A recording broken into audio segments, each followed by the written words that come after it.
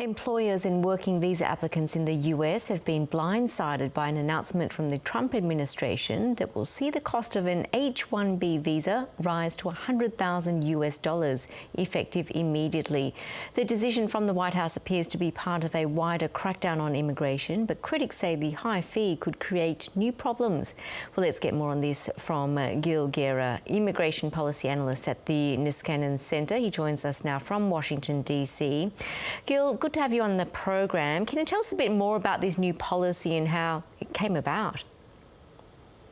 Sure. So to begin, for your listeners who may not be familiar with the H-1B, it's really the United States' primary vehicle for high-skilled immigration. The most famous recipient, obviously, is Elon Musk, but the CEOs of companies like Alphabet, the parent company of Google, and also Microsoft have come in through this program. So it's something that has had a long-standing tie to the tech industry, a long-standing tie to high-skilled immigration. But under this administration, there's been a sense that a lot of these high-paying jobs, especially in the tech sector, have really been crowding out Americans who could take those jobs.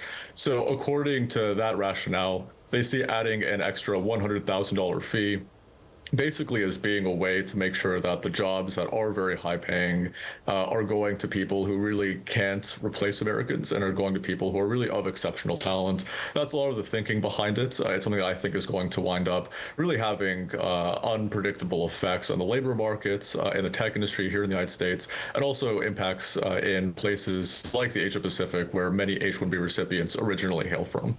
Well, there are questions around whether the changes are even legal. There's been a lot of confusion over the details of the new policy. Right. So the reason why there's confusion is because the rollout was incredibly chaotic. We had a press conference where at first the fee was announced as something that was going to be recurring on a yearly basis, which could over the course of, say, 6 years actually be $600,000 additionally for an employee. That was later revised by statements that were put out by the White House. So imagine if you are currently an H-1B recipient, or if you're an H-1B applicant, do you trust the written executive order and what that text says, or do you trust a tweet that's put out by the White House? It's something that I think is really characteristic of the way a lot of immigration policy has been done by this administration, which is typically grand pronouncements that are later scaled back via unofficial records or via unofficial text. How might the changes to this visa impact future migration to the US? I think that this program has primarily been used by mostly the largest group has been Indian nationals. They have historically comprised a little over 70% on average over the past 5 years. For the most recent year, they were 71% of that overall 85,000 person cap on the H-1B visa. It's something that matters a lot for the Indian economy because the people who come here via H-1B programs oftentimes send remittances back. But really more than that, it's oftentimes a pipeline for legal immigration. It's a pipeline that we really encourage people, international students especially, to come through, to initially come here on a student visa, whether that's a J1 or an F1, and then later on transition to an H-1B visa. So one of the ways that this could wind up impacting the regions and countries like India, but also like China, that are big source countries for the United States for international students, is that they might wind up going somewhere else like the United Kingdom or Canada. Canada in particular actually already has a specialty visa that is designed to poach H-1B visa holders. Basically, if you already have an H-1B visa in the United States, you can automatically get up to 3 years of work residency in Canada. So I expect that we'll see if this fee is held up as something that is legal, which is a little dubious given the president's legal authority to actually implement fees of this nature. I expect that we could very well see shifts towards other countries in the Anglosphere, particularly Canada, the UK, perhaps even Australia, for international students who are very talented in fields like tech and other STEM fields, specifically from India and also from China.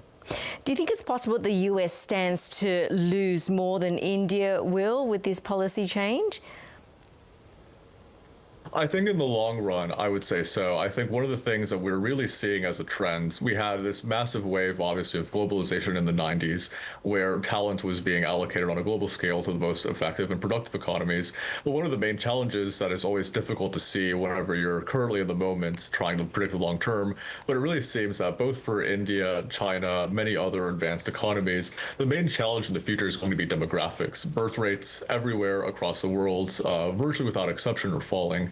And so we're going to really have a need for having more people who can produce the kind of skills and who can fill the kind of roles that we need, especially in fields like artificial intelligence and other emerging tech fields that the United States really relies on Indian labor for. I think the current administration is betting that actually we can train people here in the United States at home to fill these jobs. But if the reality is that, say, 0.1% of the population can actually fulfill these jobs, do these skills, you really need populous economies like China and India to actually fill these roles. And one of their main problems is that young people and their economies are leaving. They really face many more demographic challenges than we do. The only reason the United States has not had these demographic challenges is because of immigration and because we remain a global talent hub for ambitious young people who want to come to the United States and actually help us. So I think in the short term, this will ultimately hurt India more because they simply don't have the capacity to absorb an extra 70,000 people every year in these sectors and give them the same kinds of opportunities and jobs. But in the long term, I think it will fundamentally undermine American competitiveness on the global stage. And just lastly, right now, for those visa holders in the US at the moment, what are their options, do you think? So the fee right now is, they've emphasized that it was only going to apply for new applicants. So basically, if you want to apply for an H-1B visa as a first-time applicant, then you have to submit an additional $100,000. The people who this is really going to hurt, though, are people who are currently here in the United States as international students, especially from China and from India, because their options are basically going to be either getting continuing education, whether that's a master's or a PhD, to keep going on some sort of a student visa route until the fee is maybe challenged and knocked out in court, or maybe until a different administration comes in and undoes the fee. Or they're going to have to find some kind of employment that will actually allow them to pay the $100,000 fee. That's more than the median salary for people who are starting out on H-1Bs. It's only a little under the median salary for people who have been working for a long time on H-1Bs.